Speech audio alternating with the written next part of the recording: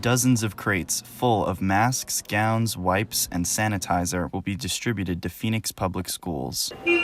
Over 1 million pieces of personal protective equipment have been ordered by the city to help students and teachers begin the school year safely. Phoenix Mayor Kate Gallego and Vice Mayor Betty Guardado appeared at the Downtown Convention Center to kick off the distribution. We hope this will make life easier for our teachers so they can focus on instruction and our kids and not protective equipment. The city has partnered with 29 school districts across the valley.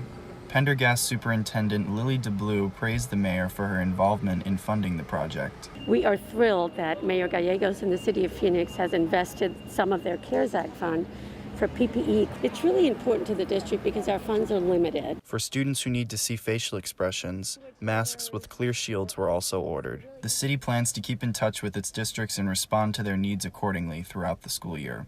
For the Phoenix TV Classroom Minute, I'm James Paidusis. So today is the first day that we're distributing personal protective